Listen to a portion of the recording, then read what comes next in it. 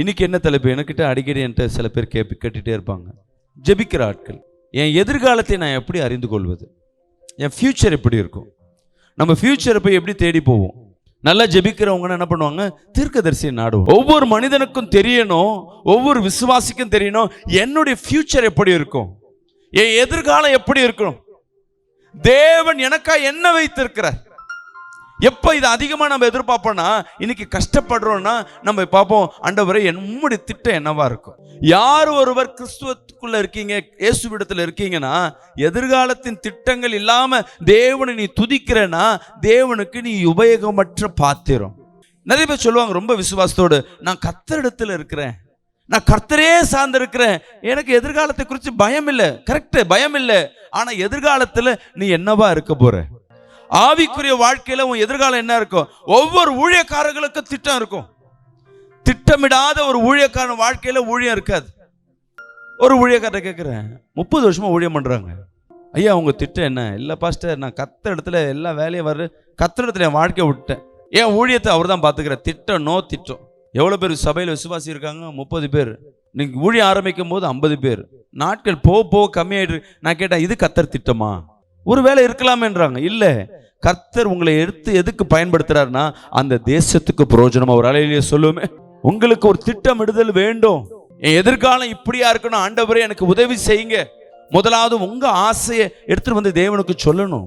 ரெண்டாவது தேவனாக கர்த்தரிடத்துல இது உமக்கு சித்தமான்னு கேட்கணும். மூணாவது, அவர் என் வாழ்க்கையில் என்ன திட்டத்தை வைத்திருக்கிறார். யோபுக்கு தேவ திட்டம் என்ன வைத்திருந்தார்? யோசேப்புக்கு தேவ திட்டம் என்னவா வைத்திருந்தார்? தாவீதுக்கு தேவ திட்டம் என்னவா வைத்திருக்கிறார்? மோசேக்கு தேவ திட்டம் என்னவா வைத்திருந்தார்? அவங்க ஆரம்ப கால வாழ்க்கையெல்லாம் வந்து பாத்தீங்கன்னா ரொம்ப, நான் சொன்ன ஒவ்வொரு வேதத்துல இருக்கிற ஒவ்வொரு தேவனால் பயன்படுத்தினவர்கள்லாம் ஆரம்ப காலம் ரொம்ப மோசமா இருந்தது அவங்க. ஆனா தேவன் திட்டத்தை வைத்தார். தேவ திட்டம் எங்க செயல்பட ஆரம்பிக்கிறதோ உன் வீட்டுல பிரச்சனைகள் ஆரம்பிச்சிடும். தேவ திட்டம் தெரியாத வரையும், எதிர்காலம் தெரியாத வரையும் பிரச்சனை இல்லை. உன் எதிர்காலத்து தேவன் கைகளில் வந்துடுச்சு, உன்னை கொண்டு தேசத்துல விசேஷமா பயன்படுத்த போறார், உன் வீடுகள்ல உன்னை வச்சு ஆசீர்வதிக்க போறாருன்னா போதும், உன் வீட்டுல பிரச்சனை வந்துருச்சுன்னு அர்த்தம். அப்போ நம்ம எடுத்தோன்னு நினைப்போம், பாஸ்டர் எந்த பிரச்சனையும் வேணாம், இருக்கிறது அப்படியே போட்டோம். எந்த இடத்துல தேவனுடைய அழுத்தம் அதிகமா இருக்கோ, எந்த இடத்துல தேவ தாக்குதல் ஜாஸ்தி இருக்கோ, நான் சொல்ல தேவ தாக்குதல், தேவனுடைய பிளஸிங் எங்க அதிகமா இருக்கும், அங்க பிசாசின் கரமும் அதிகமா இருக்கும். ஏன்னா உன்னை கொண்டு கர்த்தர் பயன்படுத்த போறாரு, உன் பிள்ளையை கொண்டு கர்த்தர் பயன்படுத்த போறாருனாவே உன் வீட்டுல ஃபுல்லா நெருக்க வரும். இன்னைக்கு வந்திருக்கிறவர்கள், நேரில் பார்க்கிறவர்களுக்கு அநேக திட்டங்கள் இருக்கலாம். என் பிள்ளைக்கு எப்படி மாப்பிள்ளை கிடைக்கும், எனக்கு குழந்தை பிறக்குமா பிறக்காதா, அப்படி பிறந்ததுன்னா அது என்ன குழந்தையா இருக்கும், இல்ல என் வாழ்க்கை இப்படியே கஷ்டத்தோட இருக்கிறேனே, எதிர்காலம் என்னவா மாறும், என் கடன் பிரச்சனையா இருக்கு, இந்த கடன் எப்போ மாறும், ஐயோ இந்த வியாதிகள் எப்போ மாறும், என் கணவன் மாறுவானா மாற மாட்டானா, என் நெருக்கம் எப்போ மாறும். இப்படி நிறைய நேரம் கொஸ்டின் வச்சு என்னன்னா நிறைய கேள்விகளுக்கு பதில் தெரியாதபடி இருக்கு. இன்னைக்கு கர்த்தர் உங்களிடத்துல பேச விரும்புகிறார். அல்லேலூயா. எடுத்து வாசிப்போம். அபகுக் 2ஆம் அதிகாரம் 1ஆம் வசனத்தை வாசிக்க கேட்போமா? படிங்கம்மா. நான் என் காவலிலே தரித்து, நான் என் காவலிலே தரித்து அரணிலே நிலை கொண்டிருந்து, அரணிலே நிலை கொண்டிருந்து, அவர் எனக்கு என்ன சொல்லுவார் என்றும், அவர் எனக்கு என்ன சொல்லுவார் என்று, அவர் என்னை கண்டிருக்கும் போது, அவர் என்னை கண்டிருக்கும் பொழுது நான் என்ன உத்தரவு சொல்லுவேன் என்றும் கவனித்து பார்ப்பேன் என்று. நான் என் காவலிலே தரித்து அரணிலே நிலைத்திருந்து. அங்க என்னத்துல நிக்கணுமா? ஒரு டவர்னு சொல்லப்பட்டிருக்கு. இங்க என்ன அர்த்தம்னா கவனிப்பார்கள். ஒரு கோட்டை இங்க கவனிங்கம்மா, எல்லாம் எனக்கு கவனிங்க. ஒரு கோட்டையை பார்த்தீங்கன்னா, கோட்டை கூட நம்ம கவனிச்சிருக்க மாட்டோம். இங்க சிறைச்சாலையெல்லாம் எத்தனை பேர் பார்த்துருக்கீங்க? அது சிறைச்சாலைக்கு நம்ம வெளியேந்து பார்க்கும் போது மதுர் சுவர் தெரியும். இன்னொன்னும் நம்ம கண்ணில் பார்ப்போம். போலீஸ்காரன் எங்க நிற்பான்? அதுல வாசல்ல நிற்பானா? வாசல் கேட்டு ஒன்று தான் இருக்கும், அங்கே கண்டிப்பாக இருப்பான். மீதி இடத்துல சுற்றியும் பார்க்குற மாதிரி ஒரு போலீஸ்காரன் நிற்பான். எங்கே நிற்பான்? ஒரு டவர் மாதிரி இருக்கும், அது மேலே என்ன பண்ணியிருப்பாங்க, அவன் ஒரு கன்னோடு நின்றுக்கிட்டு லைட்டை வச்சுக்கிட்டு டெலஸ்கோப்பை வச்சுக்கிட்டு என்ன பண்ணி கொண்டிருப்பான்? பார்த்து கொண்டே இருப்பான். ஏன்னா மேலேருந்து பார்க்கும் பொழுது, கிட்டேருந்து பார்க்கும்போது தனக்குண்ட பக்கத்தில் இருக்கவங்க தான் தெரியும்.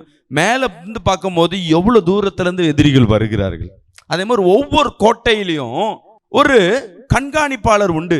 அவன் எதுக்குள்ள இருப்பானா, அந்த டவர் மேலே ஏறி நின்று பார்த்து கொண்டிருப்பான். ரெண்டு விஷயம். ஒன்று வந்து எதிரிகள் வராங்க, எவ்வளோ பேர் வராங்க, எப்படிப்பட்ட தாக்கத்தில் வராங்க, என்ன சூழ்நிலை வராங்க. ஒன்று. ரெண்டாவது, இவர்களை யாரெல்லாம் தேடி வராங்க, எப்படிப்பட்டவர்கள் வராங்க. இந்த ராஜாவுக்கு முதலாவது அறிவிப்பு சொல்லுகிறவர்கள் யாருன்னா, இந்த கண்காணிப்பு இடத்துல இருந்தா ராஜாவுக்கு ஒரு அறிவிப்பு வரும். இங்க இருந்து பதில் வருமா, நீ காத்து கொண்டிருக்கணும். மீண்டும் தமிழில் இந்த வசனத்தை படிப்போம். 2:1. நான் என் காவலிலே தரித்து அரணிலே நிலை கொண்டிருந்து, அரணிலே தேவ சமூகத்திலே உங்க வாழ்க்கையின் எதிர்காலத்திற்காக ஒவ்வொரு மனிதனும் நிலை கொண்டு இருக்கும் பொழுது அவர் எனக்கு என்ன சொல்லுவார் என்று. நிறைய பேர் என்ன தப்பு பண்றேன்னா, ஜெபமே பண்ண மாட்டோம். ஆனா கர்த்தர் எனக்கு என்ன சொல்லணும், தேவ சமூகத்திலே காத்திருக்க மாட்டீங்க. ஒவ்வொரு வீட்டில் ஒவ்வொரு தேவ பிள்ளைங்க வாழ்க்கை ஆசீர்வதிக்கப்படணும்னா உனக்குன்னு ஜெபிக்கிறதுக்குன்னு ஒரு இடம் இருக்கணும். ஜெபிக்கிறதுக்கு பணம் ஜாஸ்தியாக இருந்தால் ஒரு ரூமு கட்டு. இல்லையா, இது பாருங்க, இந்த வீட்டில் இவர் ஜெபிக்கிறதுக்குன்னு ஒரு இடத்த இங்கே வைத்திருக்கிறார். நான் மட்டும் ஜெபிக்கூடாது, யாராவது என்ன பண்ணுவோம், ஜெபிக்க விருப்பம் இருக்கவங்களுக்கு கொடுக்கலாம். உங்க வீட்டில் ஜெபிக்கிறதுக்குன்னு ஒரு இடம் இருக்கணும். பாஸ்டர் எங்க ரூமே 10க்கு 10 பாஸ்டர். ஒரு அம்மா சொல்றாங்க, அம்மா நீ எங்கம்மா ஜெபிப்ப? பாஸ்டர் எல்லாம் படுத்துருவாங்க, எனக்கு என்ன படுத்துற, கிச்சனில் அடிக்கி உள்ளே போய் ஓரமாக உட்காந்துக்கிட்டு நான் ஜெபிப்பேன். என் ஜெபிக்கிற இடம் அதுதான். மும்பையில் ஒரு பொண்ணு சொல்லுது, நீ எங்கம்மா ஜெபிப்ப? ஜெபிக்கிறியாம்மா? பாஸ்டர் எங்கள் வீட்டில் எல்லாம் வந்து பயங்கரமாக விக்கிரகத்தை ஆராதிக்கிறவங்க, ஜெபிச்சா நான் ரசிக்கப்பட்டனே தெரியாது. நீ எப்படி ஜெபிக்கிறம்மா? நான் பாத்ரூமில் உட்காந்து தான் ஜெபிப்பேன். பாத்ரூம்லையும் டாய்லெட்லையும் உட்காந்து தான் ஜெபிப்பேன். ஜெபிக்கலாமாங்க? தீட்டுக்கள் பழைய ஏற்பாட்டில் வெளியே இருந்தது. இப்ப தீட்டு எங்க இருக்குன்னா உன் இருதயத்துல தான் இருக்கு. அல்லேலூயா. உன் பரிசுத்தப்படுற மாதிரி அசுத்தப்படுற மாதிரி உன் எண்ணத்தை தான் கர்த்தர் பார்த்து கொண்டிருப்பார். நீ அதை சுத்தமா வச்சிருந்தா இருக்கிற இடம் எல்லாம் தேவனால் ஆசீர்வதிக்கப்பட்ட இடம் தான். விசுவாசிக்கிறாமே சொல்லுவோமே. அல்லேலூயா. ஜெபிக்கணும். ஒரு டைம், ஒரு இடம். நீ தேவனிடத்துல இருந்து வார்த்தை வரணும்னா தேவ பர்வதத்துல உட்காரணும், தேவ சமூகத்துல உட்காரணும். தேவன் அங்க வந்து உட்காருவார். எல்லா இடத்துலையும் தேவனோடு பேசுவார்னு எதிர்பார்க்க முடியாது. இங்கே ஜெபிக்கிறோம், எல்லாம் அடிக்கடி சொல்லுவேன். இப்போ முதல் ஜெபிக்கும் பொழுது பொல்லாத வானமல்ல சேனைகள். ஏன் இங்கே ஜெபிக்கிற இடத்துல இங்கே ஆரம்பத்துலேருந்தே அந்த தேவ பிரசன்னம் இருக்குன்னா, ஏற்கனவே இங்கே ஜெபிக்கிற இடம். இங்கே ஜெபிச்சு பொல்லாத வானமல்ல சேனைகளை அவங்க நிர்மூலமாக்கிட்டு இருப்பாங்க. இங்கே இருக்கிற ஏற்கனவே இருக்கிற ஊழியக்காரர்கள். இப்போ நம்ம ஜெபிக்கும் போது ஈஸியாக இருக்குது. ஒரு ஊழிய நான் ஒரு சர்ச்சுக்கு ஒரு வீட்டுக்கு போகிறேன்னா அந்த வீட்டில் எங்கே ஜெபிக்கிறாங்கன்னு நான் கண்டுபிடிக்க முடியும். அந்த வீடு முதல்ல ஜெபிக்கிற வீடா, அந்த வீட்டில் அந்த சகோதரி எங்கே ஜெபிப்பாங்கன்றே கண்டுபிடிப்பேன். ஏன்னா அங்கே நின்னாவே தேவ பிரசன்னம் இறங்கும். நான் கேட்பேன், அம்மா இங்கே தான் நீ ஜெபிப்ப? ஆமாம் பாஸ்டர்னுவாங்க. ஏன்னா அந்த இடத்துல தேவ பிரசன்னம் உணர முடியும். சில இடத்துல என்ன உட்காந்தாலும் ஜெபம், நாங்கள் ஹாலில் போய் ஜெபம் பண்ணுவோம்.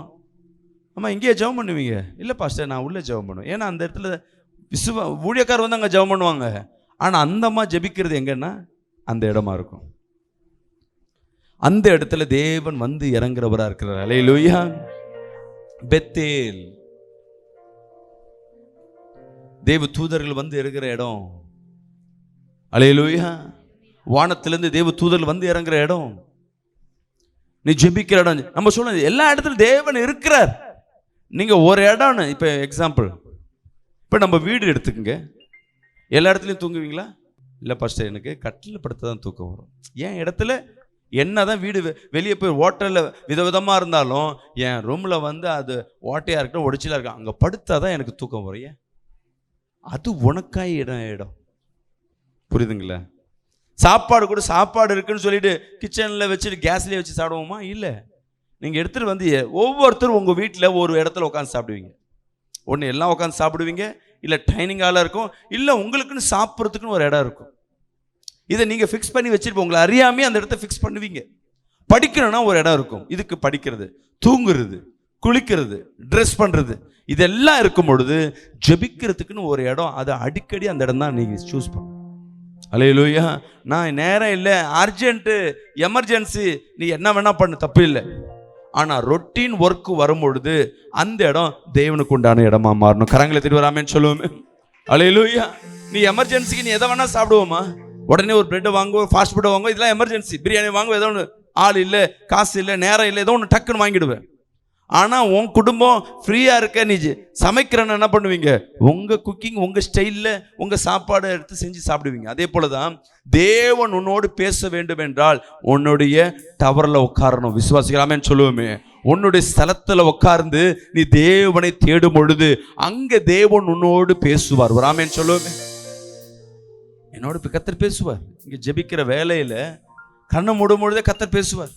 உள்ளே உட்கார இங்கே ஆராதிக்கும் பொழுது இங்கே உட்காரும் பொழுது என் கால் எரிச்சல் சொல்கிறார். யாரோ ஒரு சகோதரிக்கு வலது காலில் எரிச்சல் இருக்கு, நீ ஜெபம் பண்ணுன்றார்.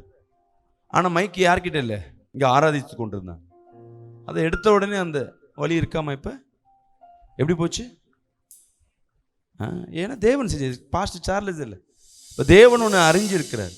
ஆனால் தேவ சமூகத்தில் நீ உள்ளே வரும்பொழுது சில பேர் சொல்லுவாங்க, பாஸ்டர் சர்ச்சுக்குள்ளே இருக்கும்போது நிம்மதியாக இருக்குது பாஸ்டர், சர்ச்சில் இருக்கும்போது எனக்கு எந்த கவலை இல்லை, எல்லாம் பலவீனம் போன மாதிரி இருக்குது, வீட்டில் போனால் திருப்பி வருது. அப்படின்னா என்ன அர்த்தம்? இங்கே துதிக்கிற இடம் உன் வீடு துதிக்கிற இடம் இல்லை. எங்கள் வீடு ஃபுல்லாக பாஸ்டர், எங்கள் அப்பா வீடு, எங்கள் அம்மா வீடு எல்லாம் விக்கிரகமாக இருக்குது. ஏன் நண்பு ஜனமே, சிம்பிள். எந்த சாமியாக இருந்தாலும் நீ ஆதரதிச்சாதான் வரும்.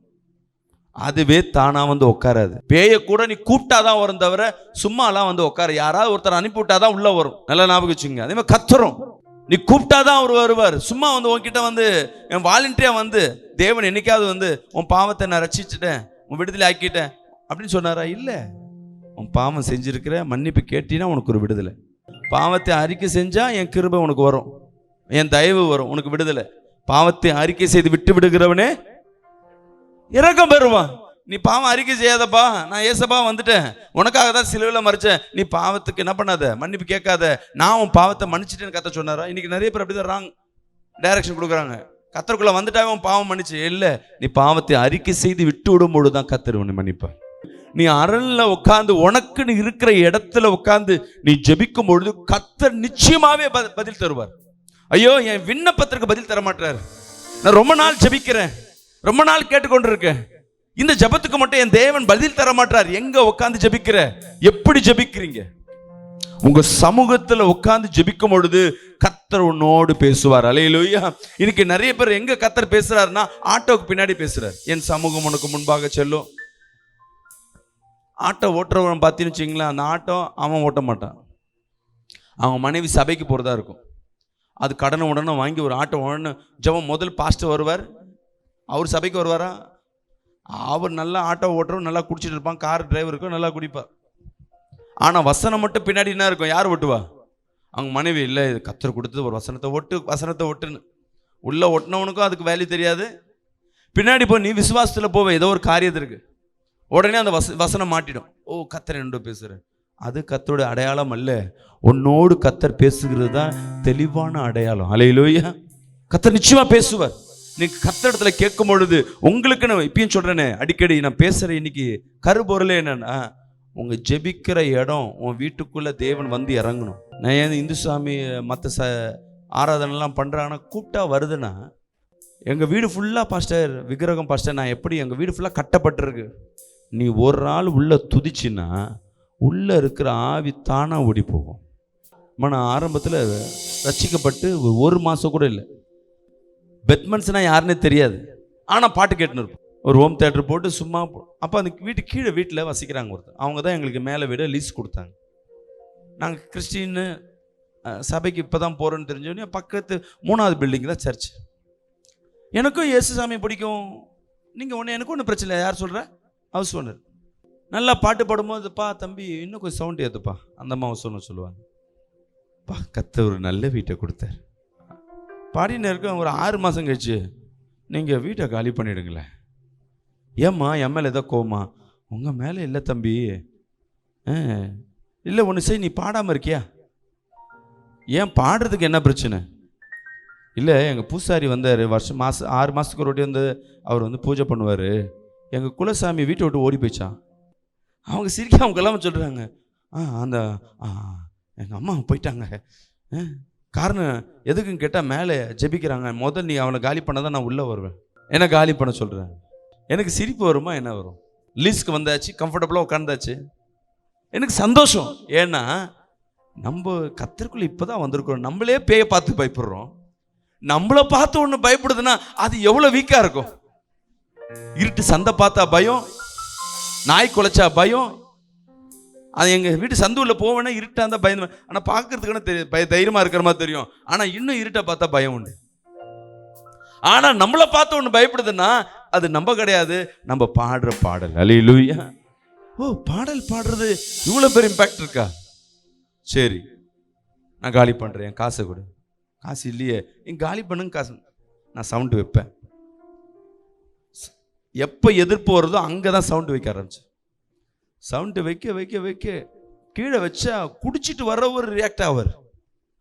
நம்ம பாட்டு வச்சது மட்டும் இல்லை, கூட சேர்ந்து நானும் பாடிட்டு இருப்பேன். இதுதான் என்னோட ஆரம்பம். விசுவாசியாக இருக்கும் பொழுதே கத்தத்தோட ஆரம்பிச்சார். அவங்க நினைப்பாங்க டென்ஷன் ஆகணும். இல்லை, அவங்களுக்குள்ளே இருக்கிற ஆவி வெளியே கிளப்ப ஆரம்பிக்கும். Tension tension tension. அவங்க வீட்டுக்குள்ளே சண்டை, சமாதானம் இல்லை. ஏன்? மேலே நம்ம துதிச்சு கொண்டிருக்கோம். விசுவாசிக்கிறாமேன்னு சொல்லுவோமே. இப்போ அந்த வீட்டோட காலி பண்ணிட்டு வந்து வீடை கத்த சொந்த வீடை கொடுத்தார், ஊழியம் பண்ணுறோம். இப்போ அதே தெருவில் இப்போ தண்டையார்பேட்டில் சபை நடத்துகிறோம். அந்த வீட்டு ஹவுஸ் ஓனர் இப்போ வர்றார். எனக்காக ஜெபம் பண்ணிக்கப்பா, இப்போ நான் தான் உங்களை டிவியில் பார்க்குறேன், எனக்காக ஜெபம் பண்ணிக்க. என் வீட்டை மனைவி போயிட்டா, அம்மாவும் இறந்துட்டாங்க, நான் தனியாக நிற்கிறேன். பாருங்க, விடுதலை உன்கிட்ட உண்டு. விசுவாசிக்கிறாமேன்னு சொல்லுவேன். இன்றைக்கி ஒரு இடத்த சூஸ் பண்ணுங்க. அதுக்கு ஸ்பெஷல் இடம்லாம் தேவையில்லை. நீ ரெகுலராக உட்காரியா அந்த இடத்துல, நீ நைட்டு 9 மணிக்கு ஜெபம் பண்ணோன்னா 9 மணிக்கு ஆவியானவர் பிஃபோரே வந்துடுவார். லேட் பண்ணிடாது. சரி, லேட் பண்ணிட்டு பிசாசு என்ன பண்ணும்? 9 மணிக்கு ஜெபிக்கிறேன், ஜெபிக்க விடாது. பரவாயில்ல, 10 மணிக்கு அதை உட்காந்துடுறேன். ரொம்ப டயர்டு கொடுக்குது, பரவாயில்ல, நான் படுத்துக்கிட்டே ஜெபம் பண்ணுறேன். எடுத்து படிங்க. மத்தேயு 26ஆம் அதிகாரம் 14ஆம் வசனத்தை வாசிப்போமா? Matthew 26 and 41. நீங்கள் சோதனைக்கு உட்படாதபடிக்கு விழித்திருந்து ஜெபம் பண்ணுங்கள். ஆவி உற்சாகம் உள்ளதுதான், மாம்சமோ பலவீனம் உள்ளது என்றார். விழித்திருந்து, நீங்க சோதனைக்கு உட்படாதபடி விழித்திருந்து ஜெபம் பண்ணுங்க. கர்த்தர் உன்னோடு பேசணும், உன்னோடு இடைப்படணும்னா கர்த்தரிடத்துல நீ விழித்திருந்து சோதனைக்கு உட்படாதபடி. கர்த்தருக்கு மாறியே நிறைய டிஸ்ட்ராக்ஷன் நிறைய பேர் பேசுவாங்க. நான் கேட்குறேன், தீர்க்க தரிசனம்னா என்ன? யாராவது சொல்லுங்க பார்க்கலாம். கரெக்டாக சொல்லுங்க. கரெக்டாக சொன்னீங்கன்னா பாஸ்டர் தவிர 10,000 ரூபாய் கிஃப்ட். கஷ்டத்தில் இருக்கும் போது மட்டும் பேசினா தான் அது தீர்க்க தரிசனம். நான் கேட்க ஒரே வழியில் தீர்க்க தரிசனம்னா என்ன? வரப்போகிற காரியங்களை முன்னே அறிவிக்கிறது தீர்க்க தரிசனம். நடந்து போன காரியங்களை சொல்வது தீர்க்க தரிசனம் அல்ல. அப்படிதான் சொல்ல வர. தீர்க்க தரிசனம் வெளிப்பாடு இல்லை. இப்போ இருக்க தீர்க்க தரிசனம் என்னன்னா, வாழா கம்மல் தலையாக்கிற கர்த்தர் உனக்கு வசனத்தை கொடுக்குறாருமா, நிச்சயமாகவே உன் முடிவு உண்டு, உன் நம்பிக்கை வீண் போகாது அப்படின்னு நான் ஒரு ஆளுக்கு ஒரு வாக்குத்தத்தை கொடுத்து கர்த்தர் உனக்கு கொடுக்குறாருன்னா, பழைய ஏற்பாட்டில் எங்கேயா வாக்குத்தத்தங்களை சொல்லி தீர்க்கதரிசிகளை கர்த்தர் பயன்படுத்தினாரா? எப்படி தேவன் தீர்க்கதரிசியை பயன்படுத்தினார்னா, எங்கேயோ ஒரு பிரச்சனை பண்ணுறான், ஒரு நல்லா இருக்கிறான், அவன் தேவையில்லாமல் கெட்டு போகிறான். இல்லை, இவங்களுக்கு ஒரு ஆபத்து வரப்போகுது, இந்த தேசத்தில் தேவையில்லாமல் இருக்கு, என் கோபம் இங்கே இருக்குது, நான் எச்சரிப்பின் சத்தத்தை சொல்லவே தேவன் தீர்க்கதரிசிகளை பயன்படுத்தினார். ஏன்னா உனக்கு பிரச்சனை வரப்போறத கர்த்தர் சொல்றது தான் தீர்க்கதரிசி. இல்லை, நீ பாவத்தில் இருக்கிறனா அதை சுட்டி காட்டதான் தீர்க்கதரிசி. தீர்க்க தரிசனங்கள் ஆல்ரெடி கொடுக்கப்பட்டிருக்கு, எழுதப்பட்ட வார்த்தை. இது நடக்கும். உன் வாழ்க்கையில் ஒரு பிரச்சனை இருக்கு, நீ பாவம் செய்யற. இன்னைக்கு இருக்க தீர்க்கதரிசிகள்ல 2 விதம். தீர்க்க தரிசனத்தை நான் 2 காரியங்களை சொல்றேன். பொய்யான தீர்க்க தரிசனங்கள் எப்படி பாஸ்டனை கண்டுபிடிக்கிறது? சர்பத்தின் ஆவியும் தீர்க்கதரிசியின் மூலமாக பேசும், சத்ருவும் தீர்க்க தரிசனம் பேசும். இதுல தேவ தீர்க்க தரிசனமும் பிசாசு பேசுறதும் எப்படி கண்டுபிடிப்பீங்க? ஏதாவது சொல்லுங்க பார்க்கலாம். வேற ஒரு விக்கிரக ஆலயத்துல போய் கேட்டனா அதுக்கு பேர் என்னது? நம்ம தப்புன்னு சொல்லுவோம். சில பேர் ஊழியக்காரங்களே பேசுவாங்க, சில பேர் என்ன பண்ணுவாங்க, ஜெபிக்கிற ஆலயம் சொல்லுவாங்க, சில பேர் மாந்திரிக கட்டில் இருப்பாங்க, பயங்கரமா கட்டில் இருப்பாங்க, ஆனா அவங்க தீர்க்க தரிசனம் நான் தரிசனம் பார்த்தேன்னு சொல்லுவாங்க. என்ன வித்தியாசம்? எனக்கு முன்பாகவே தெரியும் பாஸ்டர் என்ன நடக்குதுன்னு, நடந்துச்சுன்னு. என்ன வித்தியாசங்கள் உண்டு? கரெக்டாக சொல்லுங்களேன். எங்கே தீர்க்கதரிசனமா இயேசுவின் ரத்தத்தை அறிக்கை பண்ணுறவங்க பண்ணல, வார்த்தை மட்டும் தானே வரும், நீ நல்லா இருப்ப, நீ நல்லா இருக்க, அப்படி தானே சொல்லுவாங்க. பொய் சர்பத்தின் ஆவிகளும் பிசாசின் ஆளுகையும் எதை பேசும்னா, சர்ப்பமானது பல நூற்றாண்டு காலங்களாய் ஆதியிலிருந்தே, அது படைப்பிலிருந்தே அவன் தள்ளப்பட்டவனா இருக்கிறதுனால அவனுக்கு முடிந்தவைகள் தெளிவாய் தெரியும். நல்லா கவனிங்க. ஆமா, நீ வந்திருப்ப. ஒரு எக்ஸாம்பிள், இந்த பாப்பா நீ எந்திரிப்பா. இந்த புள்ள வந்து ஒரு பாவத்தை செஞ்சிருச்சு. வீட்டுக்கு தெரியாம என்ன பண்ணிடுச்சு? ஸ்கூலுக்கு கட்டடிச்சு போனியம்மா? அப்படிலாம் இல்லை, ஸ்கூலுக்கு கட்டடிச்சு ஒரு பாவம் பண்ணிடுச்சு, யாருக்கும் தெரியாது. இப்போ இவன் என்ன பண்றா?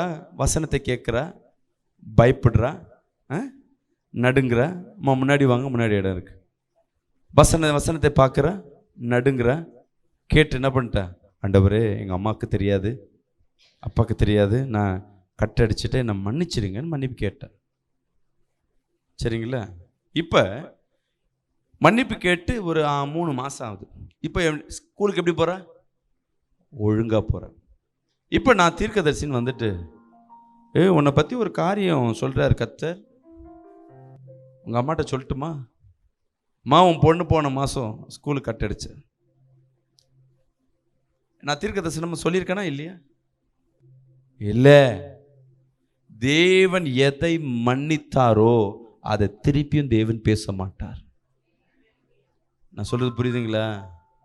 கர்த்தர்ட்ட நீ ஒரு வாட்டி மன்னிப்பு கேட்டு நீ விட்டுட்டேன்னா இந்த உலகத்தில் இருக்கவங்க மறக்க மாட்டாங்க, ஆனால் தேவன் மறந்துடுவார்.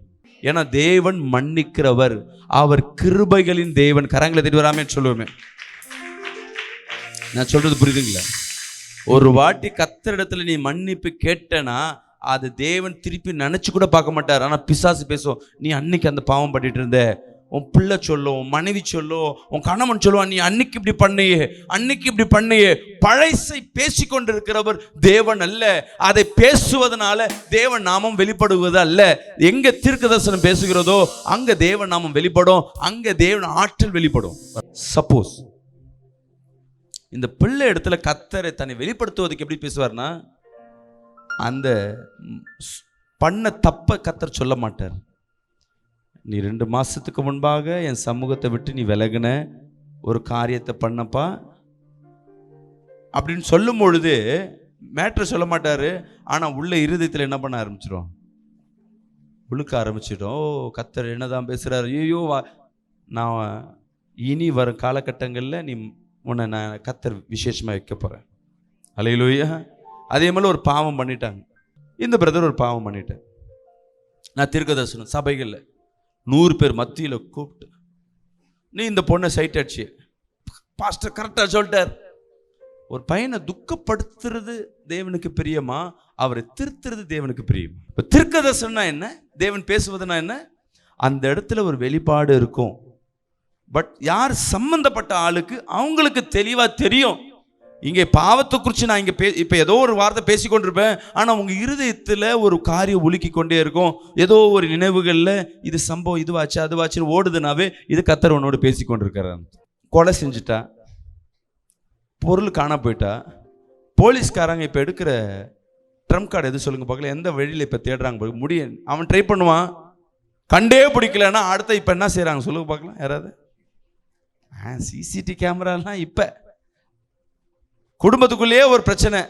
ஒருத்தன் வந்து குக்கரை நம்ம எல்லாம் என்ன பண்ணுறோம், ஆட்டுக்கறியும் சாப்பாடும் மீனும் அப்படி தான் போட்டு குக்கரில் வேக வைக்கிறோம். அவன் மனைவி என்ன பண்ணிட்டான், அவன் நல்லா கட் பண்ணி எத்தனை பேருக்கு தெரியும்? இந்த கேஸை எப்படி கண்டுபிடிச்சாங்க யாருக்காவது தெரியுமா? ரகசியம் நிறைய பேருக்கு தெரியாது. எல்லாம் மேலோட்டம் தான். என்னவோ போலீஸே போய் கண்டுபிடிச்ச மாதிரி. இவங்களால கண்டுபிடிக்க அந்த பொண்ணை காணன்னு கம்ப்ளைண்ட் பண்ணுறது யாரு? இவன் என்ன வேலை செஞ்சவன்? நேச்சுரல் உத்தியோகம் என்ன? ஆர்மி. அப்போ அவன் சொன்னா எப்படி இருக்கும்? அவன் மேலே கேஸ் போட முடியுமா? ஆனால் எங்கேயோ தப்பு நடக்குதுன்னு தெரியுது போலீஸ்காரங்களுக்கு, யாரும் கண்டுபிடிக்க முடியல. இப்போ நிறைய போலீஸ்காரங்க எங்கே போகிறாங்கன்னா இந்த குறி சொல்கிற ஆவிகிட்ட போய் கேட்பாங்க. அது கரெக்டாக சொல்லிடும் எங்கே எந்தெந்த ஆள் என்ன பண்ணா ஏது பண்ணா. நிறைய பேர் பார்த்தீங்கன்னா சில வழிபாட்டு தலங்களில் குறி சொல்கிறதுக்குன்னு சில பேர் இருப்பாங்க, ஆடிக்கிட்டே சொல்லுவோம், இவன் இப்படி பண்ணிட்டான், நான் இப்படி பண்ணேன் கரெக்டாக அக்யூரேட்டாக சொல்லும். ஆனால் அந்த ஆவிகளால் எதிர்காலத்தை சொல்ல முடியாது. யார் நடந்து முடிஞ்சவர்களே, பாஸ்டரே நான் நடந்து முடிஞ்சதையே உன் ரகசியத்தையே நான் சொல்லிக்கொண்டே இருக்கிறேன், நீ இந்த வருஷத்தில் பிறந்த, நீ இந்த வருஷத்தில் பிறந்த, இந்த ஆண்டில் அப்படி நடந்தது, இதனால ஏதாவது வெளிப்பாடு இருக்கா? சில தீர்க்கதரிசி சொல்லுவாங்க, ஏன் தெரியுமா, உன் டேட் ஆஃப் பர்த் இது, உன் டேட் ஆஃப் பர்த்தை வந்து கர்த்தர் எனக்கு வெளிப்பாடு கொடுக்குறா, என் வாழ்க்கையில் என்ன மாற்றம் இருக்குது, உன் வாழ்க்கையில் என்ன மாற்றம் இருக்குது, உன் எதிர்காலம் இன்னும் 2 மாசத்துல உன் வாழ்க்கையில் இப்படி நடக்க போகுதுன்னு சொல்றாருன்னா அதுதான் கர்த்தர் பேசுகிற காரியம். நடந்து முடிஞ்சவைகளை தேவன் பேசுகிறவர் அல்ல, நடக்க போறவைகளை தீர்க்கமாய் தெளிவாய் எதிர்காலத்தை சொல்லுகிறதுக்கு தான் தீர்க்க தரிசனம். விசுவாசிக்கலாமேன்னு சொல்லுவேன். அப்ப கர்த்தர் உன்னோடு பேசணும்னா பழச விட்டுட்டு தான் ரெண்டாவது நீ பேசணும். நடந்து போச்சு பாஸ்டர், இப்படி நடந்து போச்சு. பாவத்துல பெரிய பாவனத்துல நீங்க ஒரு பாவத்தை செய்ய மாட்டீங்க. ஆனா ஏன் உங்க வாழ்க்கையில் நன்மை நடக்கலன்னா பழச யாராவது பேசிக்கொண்டே இருக்கிறீங்க. உன் ஜபத்துல உட்காந்துக்கிட்டு ஜப வேலையில நல்லா உற்சாகமா ஆண்டவரே எனக்கு எல்லாம்னு சொல்லுவீங்க.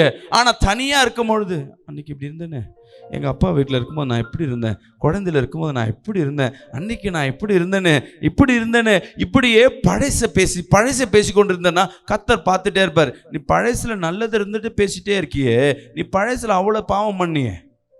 நான் பேசுறேன்னா எந்த இடத்துல நம்ம சிக்கிறோம், இது ரகசியம். பழச பேசுறதை நிலந்து விடுங்க. என்னைக்கு நீ பழச பேசுறியோ சத்துருவோட இணைக்கப்பட்டவனாய் மாறுகிற. அன்னைக்கு அவன் இப்படி பண்ணிட்டாங்க, அன்னைக்கு அவன் அப்படி பண்ணிட்டா, அன்னைக்கு அப்படி இருந்தேன், என் வாழ்க்கை இன்னைக்கு நாஸ்தியா போச்சு, இவளை கல்யாணம் பண்ணிட்டு நாஸ்தியா போச்சு, இவளை பண்ணிட்ட சர்ச்சைக்கு ஜெபம் பண்ண விசுவாசத்தோட வருவேன். ஆனா நடந்து முடிஞ்ச உன் கணவனோ மனைவியோ பிள்ளையோ நீங்க டிசைட் பண்றதில்ல, அது தேவன் டிசைட் பண்ற, தேவன் கொடுத்த அது ஆசீர்வாதம். கல்யாணம் பண்ணி ஒரு 10 வருஷம் எனக்கு எங்க மனைவிக்கு எனக்கும் அண்டர்ஸ்டாண்டிங்கே இல்லை. வெளியே பார்க்கறதுக்கு தான் எனக்கு மனைவி மேல எனக்கு விருப்பமே இருக்காது. ஆனால் அவங்க ஜெபிச்சுட்டே இருப்பாங்க. அவங்க ஜெபம் என் கணவர் என்னைக்காவது கர்த்தர் மாற்றுவார். இப்போ அவங்க பேசுறது இல்லை. இன்னைக்கு அவங்கள ஒரு நாள் ஒரு 1 ஹவர் பார்க்கலனாவே எனக்கு கஷ்டமா இருக்கு. எப்படி என் இருதயம் மாறிச்சு? ஜெபம். அல்லேலூயா. அவங்க இப்போ அவங்ககிட்ட பேசும்போது நீங்கள் அன்னைக்கு இப்படி பண்ணீங்களா, ஒரு வார்த்தை என்கிட்ட பேச மாட்டேன்.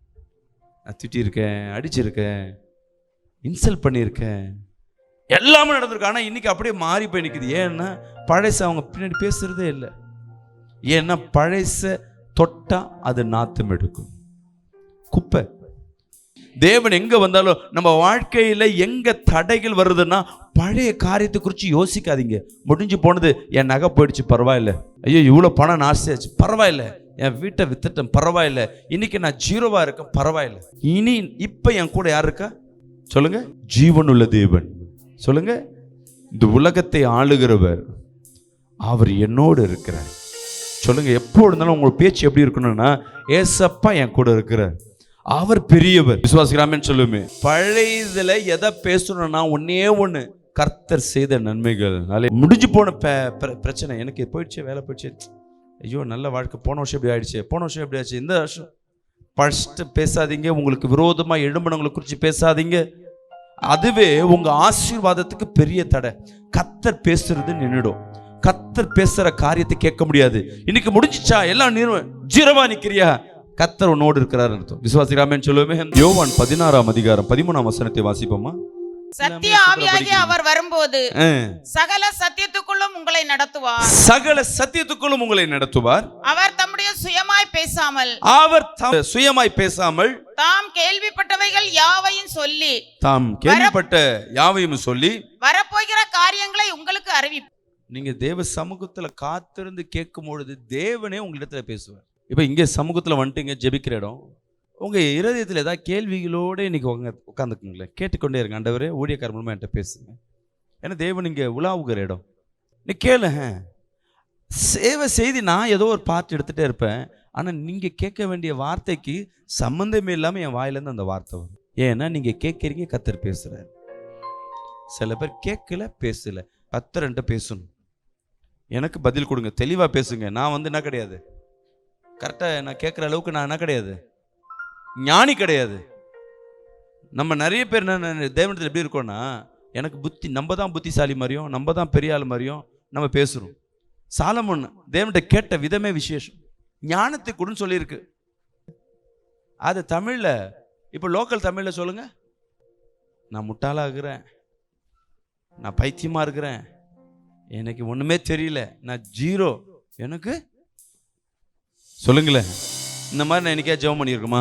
என் கணவனுக்கு அறிவை கொடுங்க ஆண்டவரே, என் பிள்ளைக்கு அறிவு கொடுங்க ஆண்டவரே, என் வீட்டில் காசே இல்லை, இந்த காசுல நான் எப்படி குடும்பம் நடத்துறது, எனக்கு காசை கொடுங்க ஆண்டவரே. கர்த்தர்ட்ட இதுதான் காசு, இதுதான் பேலன்ஸ் இருக்கு, லோன் போய் ஒண்ணுமே இல்லை, இதுல குடும்பம் நடத்த எனக்கு கிருபை தாரன்னு நினைக்காது, ஞானத்தை கொண்டு கேட்டிருப்போமா? நம்ம டிசைன் பண்ணிட்டோம், இந்த அமௌண்ட்டை வச்சு இந்த மாசம் ரன் பண்ண முடியாது, ஏன்னா உலகத்து செலவு அவ்வளவுதான். தேவன்கிட்ட என்னைக்காவது ஞானத்தை கேட்டிருப்போமா? தேவன் ஞானத்தை கேட்டா தேவன் கண்டிப்பா தர வல்லவரா இருக்கிறார். ஆனா நம்ம அதிட்ட கேட்க மாட்டோம். நான் ஊழியம் பண்றேன், அநேகருக்கு தீர்க்கதரிசனமா பேசுறேன், எந்த வெளிப்பாடுகள் எனக்கு வேண்டாம், இந்த இன்னொருத்தர் சொல்றாரு எனக்கு வேண்டாம், நீங்க என்கிட்ட தெளிவா பேசுங்க, நான் படிக்கணும். இன்னைக்கு வசனம் எடுக்கிற வசனத்துல நீங்க என்கிட்ட பேசணும். ஒரு அடையாளம் இல்லை, 3 அடையாளம். நான் பெரிய காரியத்தை செய்யணும்னா, வேலை ரிசைன் பண்ணணும்னா என்ன பண்ணணும்? எனக்கு தெளிவா பேசுங்க. தேவன் பெரியவர், உன்னோட பேசிட்டே இருப்பார். அவர்கிட்ட நீ பேச ஆரம்பிச்சிட்டுனா அவர் நிறுத்த மாட்டார். நீ ஆண்டவரே போத ஆண்டவர் எனக்கு வேலை இருக்கு, நீ போற வரையும் உன்கிட்ட பேசிட்டே இருப்பார். அவர் சமூகத்துல கண்ணை மூடிட்டு ஆண்டவரே ஜெபம் பண்ணிட்டு கொஞ்ச நேரம் அமைதியா இருக்கு. நீ பேசிட்டே ஆண்டவர் என்கிட்ட பேசுங்க பேசுங்க பேசுங்க பேசுங்க பேசுங்க பேசுங்க, ஆமென் அல்லேலூயா, முடிஞ்சு போச்சு. எப்ப பேசுவார் கர்த்தர்? நீ அமைதியா இருந்தா தானே. ஜெபம் பண்ணிட்டு கொஞ்ச நேரம் லிசன் பண்ண, அமைதியா இரு. ஆரம்பம் அந்த சத்தத்தை கேட்க முடியாது, இருதயத்தை உணர முடியாது, வேதத்தில் படிக்கிற அந்த ஞானத்தை புரிஞ்சுக்கொள்ள முடியாது. நீ ஏதோ ஒரு வசனத்தை டெய்லியும் படிக்கிற, கண்டினியூவா படிக்கிற வசனம் தான் படிச்சிருப்ப, அது மூலமா தெளிவா பேசுவார். நீ என்ன கேட்கறியோ அதை பேசுறாரு. அப்படிலாம் பேச மாட்டார். கர்த்தர் சொல்லல, நீ எதை கேட்கறியோ கர்த்தர்ட்ட முதல்ல என்ன பண்ணும்? ஆண்டவரே நீ காட்டுற அளவுக்கு நான் என்ன கிடையாது, சொல்லுங்க தலையில கை வச்சு. நீ உம்முடைய ரகசியத்தை நான் புரிஞ்சுக்கொள்ள முடியாது, அந்த அளவுக்கு எனக்கு என்ன கிடையாது. ஓப்பனா ஒத்துக்குங்க, தெளிவா டிக்ளேர் பண்றேன், எனக்கு அறிவு இல்லை, எனக்கு ஞானம் இல்லை, அதை புரிஞ்சுக்கிறேன், முதல்ல எனக்கு ஞானத்தை கொடுங்க. இல்ல ஈஸியா நீ பேசுறத கேட்க உணர்வதற்கு எனக்கு ஞானத்தை கொடுங்க. நீ இதை கேட்க கேட்க கேட்க அவர்கிட்ட போய் நீங்க நினைப்பது உங்க நினைவுகள் தேவன் நினைவு இல்லை. நம்ம என்ன பண்ணுவோம்? இருக்கிற வாழ்க்கையில அப்படியே அட்ஜஸ்ட் பண்ணி வாழ்ந்துட்டோம். என்னைக்கா தேவ சத்தத்தை கேட்டிருக்கோமா? ஆண்டவரே என்னோட பேசுங்க. நீங்க கேட்டீங்கன்னா அவர் பேசுவார். அநேகர் மத்தியில் தேவ வல்லமை இறங்குவதை பார்க்கிறேன்.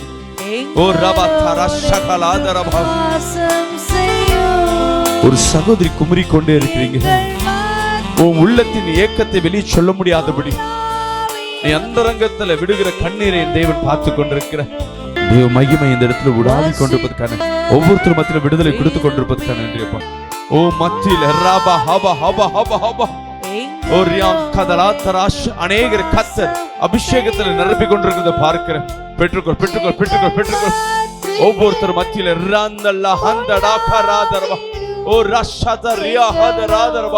பெற்றுக்கொள் பெற்றுக்கொள் பெற்றுக்கொள் பெற்றுக்கொள். எல்லாம் முழங்கால் கட்டுகள் அவிழ்க்கப்பட்டு கொண்டிருக்கு. அநேக இருதயத்தின் பாரங்களை கர்த்தர் உடைத்துக் கொண்டிருக்கிறார். உன்னோடு நான் பேசுவேன், உன்னோடு உலாவுவேன், உன்னை நிர்கதையாகி உன்னை தனியாய் விட்டு போவதில்லை. நீ போகிற இடம் எல்லாம் உனக்கு முன்பாக என் சமூகம் செல்லும் என்று கர்த்தர் சொல்லுங்க. அபகுக் 2ஆம் அதிகாரம் 2ஆம் வசனம் 2-3 வாசிப்போமா? அப்பொழுது கர்த்தர் பிரதியுத்தரமாக, நீங்க எப்ப கேட்கிறீங்களோ அப்ப கர்த்தர் பிரதியுத்தரமாக, நீ தரிசனத்தை எழுதி அதை கடந்தோடுகிறவன் வாசிக்கும். கர்த்தர் சொப்பனத்திலேயோ ஏதோ உங்ககிட்ட பேசுறாருன்னா ரைட்டிங்ல எழுதி வைங்க. தீர்க்கதரிசனம் ரொம்ப முக்கியம். எப்படின்னா தீர்க்கதரிசனம் டெலிவரன்ஸ் ஹீலிங்லாம் உடனே நடக்கும். தீர்க்கதரிசனம் மட்டும் ரொம்ப அதை புரிஞ்சுக்கொள்ளவே முடியாது. இன்னைக்கு சொல்றாருன்னா அது இன்னைக்கு நடக்கும் கூட இல்லை. சில நேரங்களில் தீர்க்கதரிசனம் உடனே நடக்கும், 1 மாசம் கழிச்சு நடக்கும், 1 வாரத்தில் நடக்கும், 1 வருஷம் இல்லை பல ஆண்டுகள், ஒரு யுகங்களான ஆனா சொன்னது நடந்தே தீரும். ஏதோ ஒரு தரிசனம் காட்டுறாரு பாஸ்டர், தெரியல, இந்த டேட்ல எழுதி வைங்க. அது எழுதி வச்சு படிச்சுட்டே இரு, டேட்டை வச்சு எழுதிட்டு படிச்சுட்டே.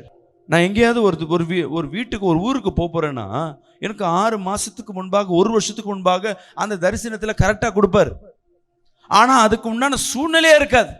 திடீர்னு சடனா அந்த இடத்துக்கு போய் நிற்பேன்.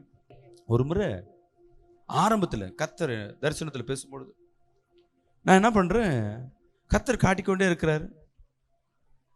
அழகு நீங்க சபையில் அப்போ ஒரு ஓலை சர்ச் வச்சிருந்தோம் ஆரம்பத்தில். அந்த ஓலையில் ஒரு 3 குரங்குங்க போய் என்ன பண்ணுது, அந்த ஓலையை பிச்சுக்கிட்டு உள்ள போகுது. இருக்கிற கூரையெல்லாம் பிச்சுக்கிட்டே இருக்கு. எனக்கு அதுக்கு மீனிங் தெரியல. ஃபர்ஸ்ட் நாள் அந்த தரிசனத்தை என்ன பண்ண, டேட் போட்டு எழுதுறேன். எத்தனை குரங்கு? 3 குரங்கு அந்த பிடிக்குது. 2-3 நாள் கழிச்சு என்ன பண்றாரு, ஒரு குரங்க விலங்கு போட்டு ஓரத்தில் நிற்கிறத பார்க்குறேன். நல்லா கவனிங்க, நோட் பண்ணிக்கிட்டேன். எத்தனை குரங்கு? இல்லை, இப்போ 2 குரங்கு மட்டும்தான் இருக்கு. ஒரு குரங்கு எங்கே போச்சுன்னு தெரியல. கணக்கு எது 2 நாளுக்கு அப்புறம் அந்த தரிசனம் விலங்கு போட்டு எங்கே இருக்கு? சர்ச்சு உள்ள. இதுக்கு என்னன்னே புரியலை. ஏன்னா ஆண்டவரே குரங்கின் ஆவியே நமக்கு தரிசனம் சில விஷயங்கள் அந்த ஆரம்பத்தில் வெளிப்பாடுகள் அவ்வளோ தெரியாதனால நான் எழுதி வச்சுட்டு, ஆண்டவரே இந்த குரங்கின் ஆவி, குரங்கி நான் ஒரு வேளை சபைக்கு விரோதமாக குரங்கு ஆவி ஏவல் பண்ணியிருக்காங்க உங்களுக்கு ஜெபிச்சுட்டு இருக்கேன். 6 மாதங்கள் போச்சு, 1 வருடங்கள் கடந்து போச்சு. சபையில் வாலிப பிள்ளைங்க உள்ள வந்துட்டே இருக்கிறாங்க. இப்போ என்ன ஆகுதுன்னா, உள்ளுக்குள்ள சபை உள்ள 3 வாலிப பிள்ளைங்க லவ் பிரச்சனையில் உள்ள சபையில் பிரச்சனை வருது. நான் கண்டிஷன் பண்ணுறேன், ஆவிக்குரிய வாழ்க்கையில் இப்படி தான் இருக்கணும். அதனால அந்த 3 அது கரெக்டாக ஆம்பளை பசங்க ஒரு பொண்ணு பசங்க 3 பேரும் அடிச்சுக்கிறாங்க. சபையில் பிரச்சனை. இதனால் விசுவாசி பிரச்சனையாவது சபையில் ஒரு ஒரு ஒரு மாதிரி ஒரு சமாதான சீர்கேடு. ஒரு 3 மாசமா டென்ஷன். கடைசியில் என்ன பண்ணுறேன், அதில் இருக்க ஒரு பையனை சபைக்கு நீ வராதரான்னு அனுப்பிச்சி விட்றேன். அதில் 2 பேர் மட்டும் என்ன பண்ணுறாங்க, சபையில் முன்னாடி நீ இனிமேல் பின்னாடி உட்காரக்கூடாது. எங்கே உட்காரணும்? எனக்கு முன்னாடி இங்கே தான் உட்காரணும், இல்லைன்னா சபைக்குள்ள வர்றது ஓடி போயிடுது. அவனுக்கு வந்தாங்கன்னா அந்த 2 பசங்க இப்படியே உட்காந்துப்பான். நான் ஜெபம் பண்ணிட்டு அந்த பசங்க இப்படி உட்காந்துட்டு பார்த்து பாஸ்டர் என்னை பார்த்து சிரிக்கிறேன். பசங்க வாலிப பிள்ளைங்க அடங்கி உட்காந்தா நம்மளுக்கு எப்படி இருக்கும்? ஒரு சந்தோஷத்தில் பார்த்து என்னை பார்த்து சிரிக்கிறாங்க. பார் எப்படி இந்த பசங்களை அடக்கி உட்கார வச்சுட்டு இருக்கிறாரு. அந்த பசங்களை பார்த்து அந்த தரிசனம், அன்னைக்கு செய்தி கொடுத்துட்டே இருக்கிறேன், அன்னைக்கு உனக்கு ஒரு தரிசனத்தை காட்டினேனே அப்படின்னு கத்தர் காட்டுறாரு. செய்தி கொடுத்து யாருக்கும் பேசிட்டே இருக்க, அந்த கூரை போன காரியம் எனக்கு உடனே செய்தி முடிகிற வரையும் பார்த்துட்டே இருக்கிறேன். முடிஞ்ச உடனே அடுத்த நான் நைட்டு என்ன பண்ணுறேன், டைரி ஓப்பன் பண்ணி பார்க்குறேன். அந்த என்ன தரிசனம்னா, சபையில் 3 குரங்குன்றது 3 வாலிப பிள்ளைங்க. சபைக்கு உள்ள இருக்க பசங்க தான் பிரச்சனை. கூரையை பிக்கிறதுனா என்ன? கூரைன்றது பாதுகாப்பு, கவசம். அது சபையின் கவசத்தை பிடிக்கிறேன்னா அப்புறம் என்ன ஆச்சு, சலசலப்பு. அதில் உள்ள 2 குரங்கு தான் என்ன பண்ணி வச்சிருக்க, சங்கி. நான் நினச்ச கத்தர் வந்து சங்கி யாரோ ஒருத்தர் மாந்திரிக பண்ணி உள்ள குரங்கு கட்டி வச்சுட்டாங்க உங்களுக்கு நான் நினச்சிருந்தேன்.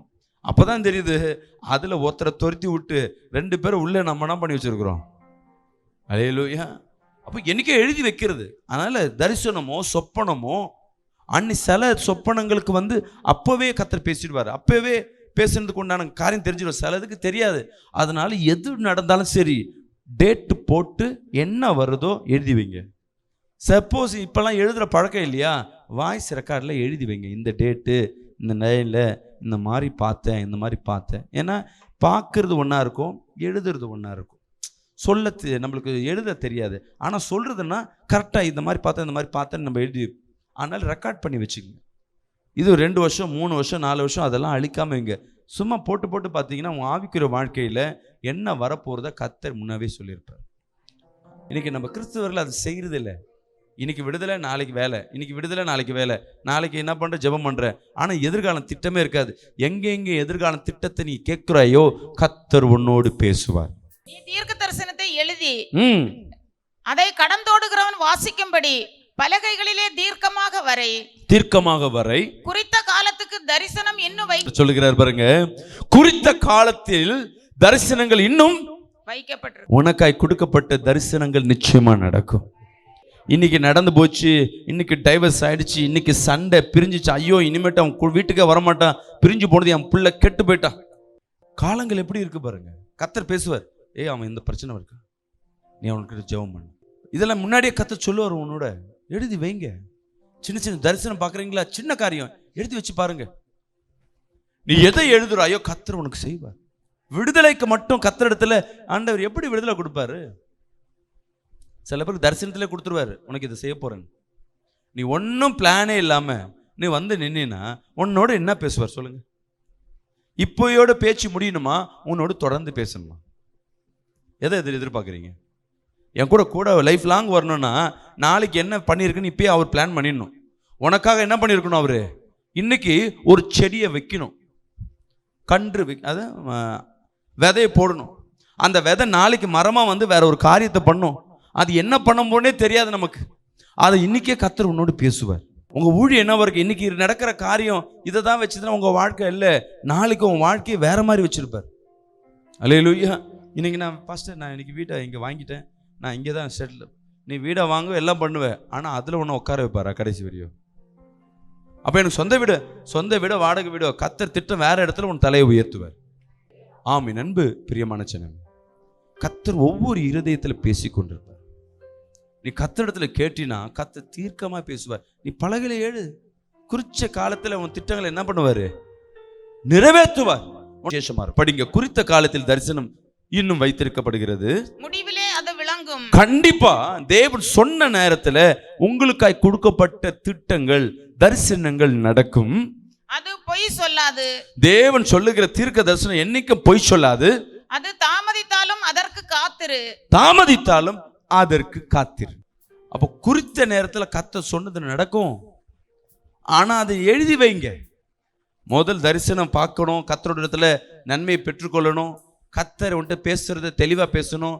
உன் வாழ்க்கைக்கு இது எஸ்ஆர்னோ தெரிஞ்சுக்கணும்னா முதல் காரியம் என்ன செய்ய சொன்ன, தேவ சமூகத்துல உங்களுக்குன்னு ஒரு பலிபீடம், உங்களுக்குன்னு ஒரு இடம், உங்களுக்குன்னு ஒரு டவர், உங்களுக்குன்னு ஒரு இடம் அது இருந்தாகணும். அது எங்க இருக்கும்? உங்க வீடு தான், உங்க சபை. எங்க ஜெபிக்கணுமோ அந்த டெய்லியும் ஜெபத்துல உட்காந்து தேவனத்துல பேசுனா கர்த்தர் உன்னோட பேசுவார். ரெண்டாவது, காற்று சொப்பனமும் வார்த்தையும் எழுதி வைங்க. இன்னைக்கு வசனம் படிக்கிற ஏதோ ஒரு வசனம் உன்னோட டச்சிங்கா இருக்கு, ரொம்ப இம்பாக்ட் கொடுக்குது, ரொம்ப உறுத்துதலா இருக்குன்னா அந்த வசனத்தை டேட் போட்டு எழுதி வைங்க. 1க்கு 10 முறை படிங்க, 100 முறை படிங்க. அந்த வசனத்துல சில ரகசியங்களை உன்னோட பேசுவார். 3வது, கர்த்தர் சமூகத்துல உட்காந்தாச்சு, எழுதி வச்சாச்சு. இப்ப கர்த்தர், ஆண்டவரே எனக்கு ஏற்கனவே இது மாதிரி கொடுப்பேன்னு கொடுத்தீங்களே, இப்ப ஜெபம் பண்ணும்பொழுது குறித்த காலத்தில் இன்னும் தரிசனம் வைக்கப்பட்டிருக்கு, இந்த வார்த்தை வரும்போது அது உன்னோடு பேசணும் வச்சுங்களேன். அப்போ குறித்த நேரத்துல எனக்கு நிச்சயமா குழந்தை உண்டு. அல்லேலூயா. அது படிங்க, முடிவிலே அது விளங்கும். முடிவில கண்டிப்பா விளங்கும். அது பொய் சொல்லாது, அது பொய் சொல்லாது. அது தாமதித்தாலும். ஆமென். அல்லேலூயா. தாமதித்தாலும். ஆபிரகாமுக்கு வாக்குத்தத்தம் கொடுத்தாச்சு, ஆனா தாமதம் கொஞ்சம் நஞ்சமா. தாவீதை அபிஷேகம் பண்ணியாச்சு ராஜாவா, ஆனா அவன் வாழ்ந்து கொண்டிருக்க இடம் எங்கம்மா? காட்டுக்குள்ள, வனாந்திரத்துல. ஆனா முடிவில் அவனை தேவன் ராஜாவா நிறுத்தினார். விசுவாசிக்கலாமேன்னு சொல்லுவோமே. யோசேப்புக்கு தரிசனம் வந்தது, நான் சொன்ன பாத்தீங்களா, எப்ப தேவனோட பேசுறாரோ, தேவன் உங்க வாழ்க்கையில திட்டம் வைக்கிறாரோ, அப்பயே பிரச்சனை அன்னைக்கே ஸ்டார்ட் ஆகும். தரிசனம் பார்க்காத வரை வீட்டுக்கு செல்லப்புள்ள வரவன் போறவன்லாம் கொஞ்சிட்டு இருந்தான். எப்போ தரிசனம் பார்த்துட்டானோ அவன் வாழ்க்கையில தேவ திட்டம் இருக்குன்னு தெரிஞ்சவன்னு சொந்த தகப்பன்ல இருந்து சகோதரர் வரை விரோதியா மாறிட்டான், தள்ளப்பட்டான். 17 ஆண்டுகள் அவன் சிறைச்சால வாழ்க்கை அடிமைப்பான. ஆனா தேவ திட்டம் நிறைவேடாம போச்சா? குறித்த காலத்துல தாமதிச்சாலும், சொல்லுங்களேன் நெஞ்சில கை வச்சு, என் வாழ்க்கையில தாமதிச்சாலும் லேட்டானாலும் கர்த்தர் சொன்னதை செய்வார். கொலேசியர் 4ஆம் அதிகாரம் 2ஆம் வசனம். கொலேசியர் 4ஆம் அதிகாரம் 2ஆம் வசனம். தமிழ்ல இங்கிலீஷ்ல. இடைவிடாமல் ஜெபம் பண்ணுங்கள், இடைவிடாமல் ஜெபம் பண்ணுங்கள், ஸ்தோத்திரத்துடன் ஜெபத்தில் விழித்திருங்கள், ஸ்தோத்திரத்தோடு ஜெபத்தில் விழித்திருங்கள். இது இங்கிலீஷ்ல படிங்களே. வாட்ச். இங்க வாட்ச்னு சொல்லுது, இங்க என்ன சொல்லுது? இடைவிடாமல் ஜெபம் பண்ணுங்கள், இடைவிடாமல் ஜெபம் பண்ணுங்கள். விழித்திருங்கன்றதுக்கு அங்க வாட்ச் பண்றதுக்கு வித்தியாசங்கள் உண்டு. நான் சொல்றது புரியுதுங்களா? அப்போ கர்த்தர் வார்த்தையை எங்க வருதுன்னு கவனிச்சு கொண்டே இருங்க. விழுத்திருங்கன்றதுக்கு அர்த்தம் தான். நம்ம நினைப்போம் முடிச்சுட்டு ஜெபம் பண்ணும்போது நைட்டெல்லாம் தூங்காம ஜெபம் பண்ணும்போது. விழுத்திருந்து ஜெபம் பண்ண வாட்ச் பண்ணு, கர்த்தர் உன்னோட எங்க பேசுறார், எப்படி பேசுறார், எந்த இடத்துல பேசுறார். அல்லேலூயா. இன்னைக்கு வந்திருக்கிறேன், லாஸ்ட்ல ஜெபம் விடுதலை உண்டு, ஆனா வார்த்தை இல்லாம இங்க இருந்து போக கூடாது. அல்லேலூயா. ஆண்டவரே எனக்கு வார்த்தை கொடுங்க, எந்த வார்த்தையில என்னோடு பேசுறீங்க, யாரு கேட்குறீங்களோ தேவன் அவரோடு பேசிக்கொண்டே இருப்பார். அவர் நிறுத்த மாட்டார், நீ நிறுத்தினா நிறுத்த மாட்டார். ஆனா வாட்ச் பண்ணிக்கொண்டே இருக்க, தேவன் எங்க இருக்கிறார், எங்க இருக்கிறார். ஆனா சொன்ன அந்த லேம்ப்ல போய் நின்றுக்கிட்டு, அந்த உயரத்துல போய் நின்றுக்கிட்டு தேவன் எங்க இருக்கார், தேவ சமூகத்துல உட்காந்து நீ ஜெபம் பண்ணிப்பார். நெருக்கம் இருக்கு, கடன் பிரச்சனை, நாளைக்கு என்ன பண்ணணும், வாக்குத்தத்தத்தை வச்சு ஜெபம் பண்ணு, உனக்கு கொடுத்த வார்த்தை வச்சு ஜெபம் பண்ணு, உன்னை பெருக பண்ணுவேன். அந்த வாக்குத்தத்தத்தை போய் எங்கே எத்தனை போய் வைக்காத. ஏற்ற நேரத்தில் உனக்குன்னு அந்த நேரத்தில் கர்த்தர் பேசுவார். நீ காத்திரு, காத்திரு, காத்திரு. இந்த வாக்குத்தத்தம் இன்னைக்கு நான் ஏதோ ஒரு வசனத்தை எடுத்து இன்னைக்கு பேசியிருக்கலாம், ஆனா அந்த வசனம் உன்னோடு பேசிக்கொண்டே இருக்கும். அது எனக்கு தான் ஆண்டவர். இவர் பாஸ்டர் ஏதோ பேசல, ஏசப்பா தான் என்கிட்ட பேசுறார். சொல்லுங்க பார்க்கலாம். தேவன் தான் என்னோட பேசுறார். அல்லேலூயா. விழுத்திருந்து இடைவிடாமல் ஜெபம் பண்ணுங்க. ஒரு வாட்டி ஜெபம் பண்ணிட்டா கிடைச்சிடும் இல்லை. ஜெபம்ன்றது இல்லாத காரியத்தை கூட என்ன பண்ண முடியும்? வர வைக்க முடியும். அல்லேலூயா. உனக்கு கர்ப்பமே கிடையாதுப்பா, உனக்கு வயசாயிடுச்சு. இது உலகம், இது இயற்கை, இது நார்மலா எல்லாருக்கும் நடக்கிற, விசுவாசிக்க நடக்கிறது தான். ஆனா உன் வாழ்க்கையில் அப்படி இல்லை. இல்லாதவைகளை இருக்கிற போல் பண்ணுகிற தேவன் இல்லையா? உனக்காக உருவாக்கி கொடுப்பாரு. உனக்கு வாய்ப்பே இல்லைங்க, எனக்கு அட்மிஷனே கிடையாது, க்ளோஸ், உனக்காக ஒரு போஸ்டிங்கை கத்த உருவாக்கி கொடுப்பாரு. ஒருத்தனை அடிச்சு இல்ல, உனக்காக புதுசா ஒரு இடத்துல கொண்டு பாரு. நீங்க கேட்டா கத்தர் கொடுப்பார். அது எங்க போய் கேட்கணும்? ரோட்ல நின்னுக்கிட்டு போயிட்டுலாம் இல்ல. உனக்குன்னு ஒரு சமூகம் இருக்கு, உனக்குன்னு ஒரு டவர் இருக்கு, உனக்குன்னு ஜெபம் பண்ற லேம்ப் இருக்கு. அந்த இடத்துல போய் நில்லு. அந்த இடத்துல ஜெபிக்கும் பொழுது தேவன் உனக்கு வெளிச்சமா நிற்பார். அல்லேலூயா. இடைவிடாமல் ஜெபம் பண்ணுங்கள், ஸ்தோத்திரத்தோடு ஜெபத்தில் விழித்திருங்க. இங்கிலீஷ்ல படிமா. நீங்க ஜெபிக்க போறீங்க. இன்னைக்கு கத்தர் உங்க வாழ்க்கையில் ஒரு மாற்றத்தை கொடுக்க போறார். அப்படியே கண்களை மூடுவோமா? அப்படியே பைபிளை க்ளோஸ் பண்ணுங்க. இந்த செய்தி ஒரு முறை கேட்டா, இப்பயே சொல்றோமா, செய்தியெல்லாம் ஒரு முறை கேட்டா உன் வாழ்க்கை மாறாது. யூடியூப்ல இருக்கும். போயிட்டு பல முறை பேச பேச ஃபர்ஸ்ட் வாட்டி கேட்டது ஒரு மாதிரி இருக்கும், ரெண்டாவது வாட்டி கேட்கும்போது வேற மாதிரி கத்தர் பேசுவார். எப்படி ஈஸியாக கத்திரத்தில் கேட்கணும். ஒரு காரியம் ஜெபம் வேணும். இன்னைக்கு நான் இந்த அட்மிஷன் ரெண்டு சப்ஜெக்ட் வந்திருக்கு, நான் எதில் எடுக்கணும், எதில் சேர்க்கணும், நீ ஜெபம் பண்ண கத்தர் வழி நடத்துவார். கத்தர் வந்துட்டு தெளிவாக பேசுவார். நான் இந்த எடுக்கிறேன், இந்த பிள்ளைக்கு இந்த சப்ஜெக்ட் எடுக்கிறேன்னு, இது கரெக்டாக தப்பா? தேவ பிள்ளைகளை வழி நடத்துகிற விதமே விசேஷமாக இருக்கும். நீ ஒவ்வொன்றும் கத்தரோட கேள்வி திட்டமிடு. நான் இப்பயும் சொல்கிறேன், திட்டமிடுங்க. எல்லா போக்கும் தேவன் போக்கு தான். ஆனால் திட்டமிடுறவங்கள தேவன் உன்னோட வழி நடத்துவார். அல்லேலூயா. நீ ஒரு ஸ்டெப் வைக்கிறேன்னா முதல் ஸ்டெப்பு தேவன் ஸ்டெப்பாக தான் இருக்கும். நீ ஜீவனத்தில் எல்லா கண்களை மூடி தேவன் மத்தியில் அசைபாடுகிற தேவனோ. துதிங்க எல்லா கண்களை மூடி. Yes, glory Jesus. நல்ல கண்ணை மூடி க்ளோஸ் யுவர் ஐஸ். நல்ல துதியின் சத்தம் அலங்கத்தை அதிர பண்ணும். சாத்தானை கலங்க பண்ணும். சாத்தான் கலங்க பண்ணா அவன் தரிசனங்கள் குறித்த காலத்தில் சீக்கிரமாக விளங்கும். அது தாமதித்தாலும் நடக்கும். சில ஆண்டவரே என் தரிசனம் தாமதிக்க கூடாது சொல்லுங்க பார்க்கலாம். என் தரிசனம் தாமதிக்க கூடாது. எனக்கு பொறுமை இல்லை, எனக்கு ஞானம் இல்லை. எல்லாம் ஓப்பனா டிக்ளேர் பண்ணுங்க. என்னால முடியாது, இனி என்னால காத்திருக்க முடியாது, எனக்கு இப்பவே என் தரிசனத்தை நிறைவேற்றுங்க சொல்லி கேளுங்க. அப்பா, எனக்கு கொடுக்கப்பட்ட வாக்குத்தத்தங்கள் நிறைவேறட்டும், வார்த்தைகள் நிறைவேறட்டும். எல்லாம் வாயை திறந்து ஓ ரபா ஹபா ஹபா ஹபா ஹபா ஓ நம்ம ஹந்தடா கதலாதரியாதரபா. ஓ மகிமை. நல்லா சத்தத்தோடு நீ வாயை திறந்து எவ்வளவு வாய் சத்தத்தோடு ஜெபிக்கிறீங்களோ எல்லா நேரில் பார்த்து கொண்டிருக்க ஒவ்வொருவரும் அப்படியே தொலைக்காட்சிக்கு கரங்களை உயர்த்தி எல்லாம் துதிங்க பார்க்கலாம். இந்த வேலையில கத்தர் உனக்கு ஒரு தரிசனத்தை உன்னோடு பேச விரும்புகிறார். தெய்வ திட்டத்தை உன் மத்தியில விதைக்க விரும்புகிறார். ரம்மஹந்தடா ரஹந்தடியா ஹந்தலாதரபா.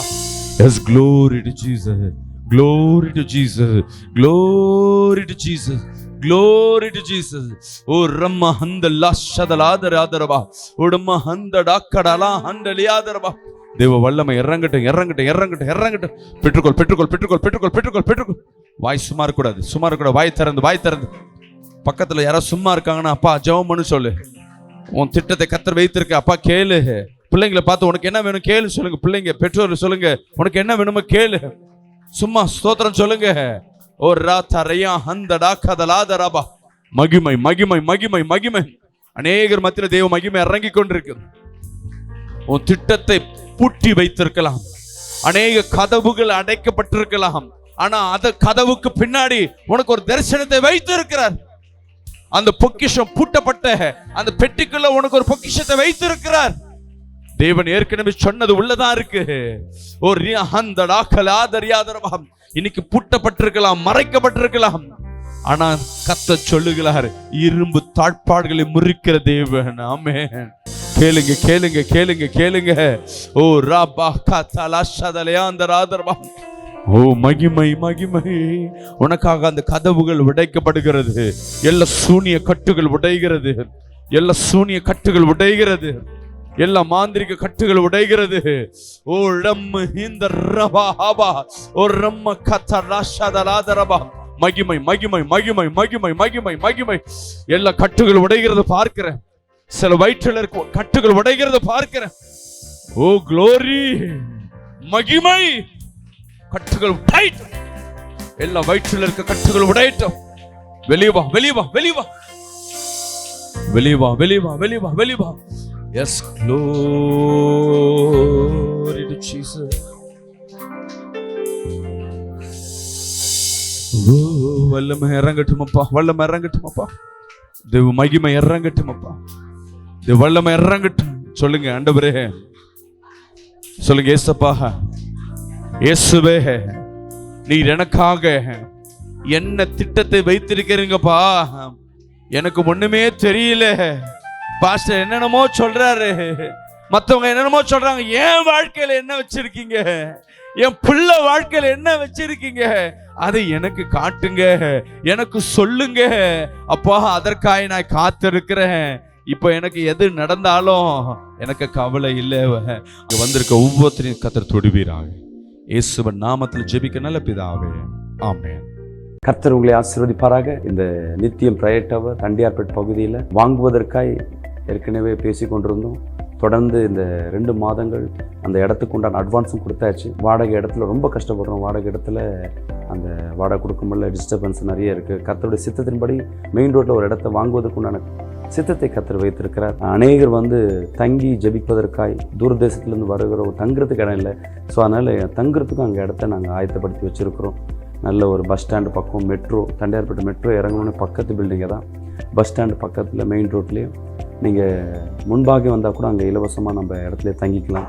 இதற்காக ஒரு இடத்த ஆயத்தப்படுத்திருக்கோம். ஒரு இடம், அந்த இடத்தின் விலை 3.5 கோடி ரூபாய், ஒரு ஸ்கொயர் ஃபீட் 15,000 ரூபாய். நீங்களும் பொருத்தனை பண்ணுங்கள். கர்த்தர் வாழ்க்கையில் அற்புதம் செய்யணும். அநேகர் பொருத்தனை பண்ணி அவங்க வாழ்க்கையில் அநேக ஆசீர்வாதத்தை பெற்றிருக்கிறாங்க. நீங்களும் அந்த ஆசீர்வாதத்தில் பங்கு பெறுங்க. உங்களால் முடியாத காரியம் ஒன்றும் இல்லை, ரொம்ப கடினமான காரியம்தான். ஒரு ஆலயத்தை கட்டும்பொழுது கர்த்தர் உங்கள் குடும்பத்தை கட்டுவார், உங்கள் திருமண காரியத்தை கர்த்தர் நடத்துவார், தடைகளை உடைப்பார், பிள்ளைகள் சமாதான குலைச்சலை மாற்றுவார், வருமான தடையை மாற்றுவார். ஏன்னா தேவ ஆலயம் இன்றைக்கி இருக்கிற நெருக்கத்தின் மத்தியில், இன்றைக்கி நிறைய எதிர்ப்புகள் மத்தியில் ஒரு ஆலயம் கட்டுறோன்னா பெரிய காரியம். அந்த ஆசீர்வாதத்தில் நீங்களும் பங்கு பெறுங்க. இந்த செய்தி நீங்கள் கேட்குறீங்கன்னா கர்த்தர் உங்களை தொடுறான்னு அர்த்தம். இந்த ஆசீர்வாதத்தில் எங்களோடு பங்கு பெறுங்க. God bless you. கர்த்தர் உங்களை ஆசீர்வதிப்பாராக.